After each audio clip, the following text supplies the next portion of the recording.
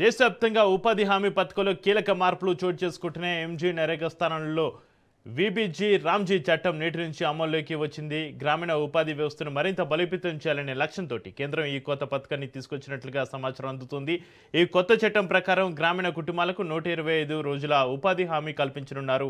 కేవలం ఉపాధి మాత్రమే కాకుండా ఆదాయం పెంపు అలాగే గ్రామీణ మౌలిక వసతుల అభివృద్ధిపైన ప్రత్యేకంగా దృష్టి సారించనున్నారు.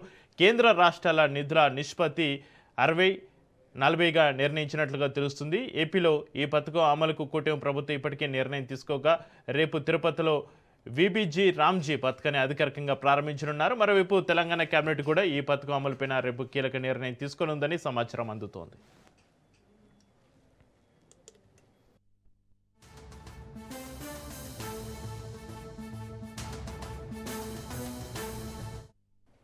ఇక దేశవ్యాప్తంగా ఉపాధి హామీ పథకంలో కీలక మార్పులకు సంబంధించి మరింత సమాచారాన్ని మా ప్రతినిధి సునీల్ లైవ్లో అందిస్తారు. సునీల్, చక్రి, దేశవ్యాప్తంగా విబిజీ రామ్జీ ఉపాధి హామీ పథకం ఈ రోజు నుంచి ప్రారంభం కానుంది. రేపు తిరుపతిలో ఈ పథకాన్ని అటు గ్రామీణాభివృద్ధి శాఖ మంత్రి శివరాజ్ సింగ్ చౌహాన్ ఘనంగా ప్రారంభించున్నారు.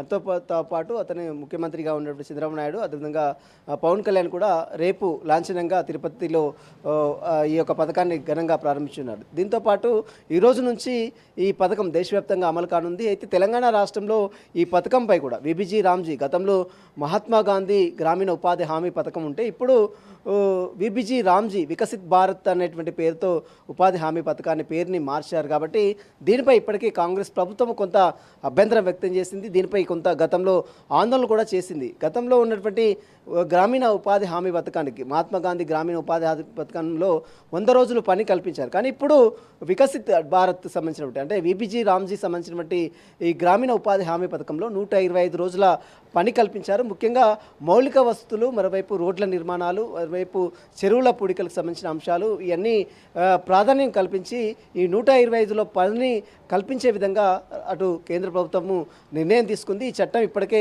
ఈ రోజు నుంచి అమల్లో రానుంది.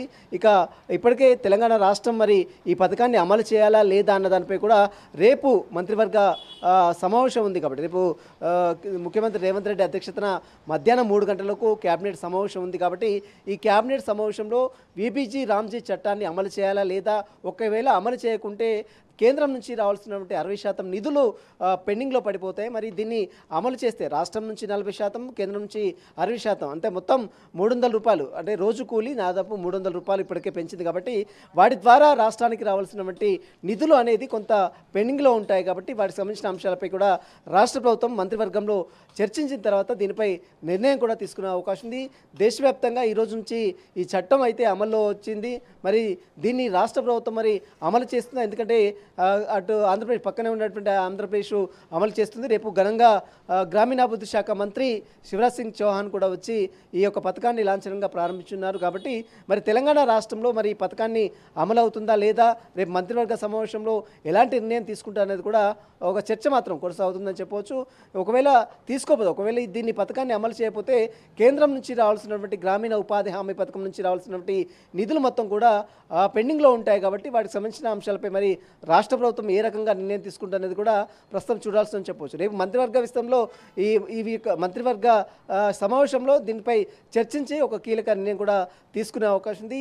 మొత్తం మీద ఉపాధి హామీ పథకం, గ్రామీణ ఉపాధి హామీ పథకంలో గతంలో మహాత్మా గాంధీ గ్రామీణ ఉపాధి ఉంటేనే, ఎంజీ నరేగా ఉంటేనే ఇప్పుడు దాన్ని విబిజీ రామ్జీ వికసిత్ భారత్ ఉపాధి హామీ పథకంగా పేరు మార్చారు. కాబట్టి ఈ పేరు మార్పిడితో కూడా కొంత రాష్ట్ర ప్రభుత్వం, కాంగ్రెస్ ప్రభుత్వం కూడా కొంత అభ్యంతరం వ్యక్తం చేసింది. మహాత్ముడి పేరును తీసేసి ఏ రకంగా విబిజీ రామ్జీ పేరు పెడతారంటూ కూడా కొంత ఆందోళన కూడా గతంలో చేసింది. మరి దీనికి సంబంధించిన విధి విధానాలు ఇప్పటికే వెళ్ళడాయి. కాబట్టి చట్టం కూడా ఈరోజు నుంచి అమల్లోకి వస్తుంది. కాబట్టి రాష్ట్ర ప్రభుత్వం దీన్ని అమలు చేస్తుందా లేదా, రేపు రాష్ట్ర మంత్రివర్గ సమావేశంలో దీనిపై ఏ రకంగా చర్చిస్తారనేది కూడా రేపు ఒక క్లారిటీ కూడా వచ్చే అవకాశం ఉంది. Chakri, right, thank you Sunil.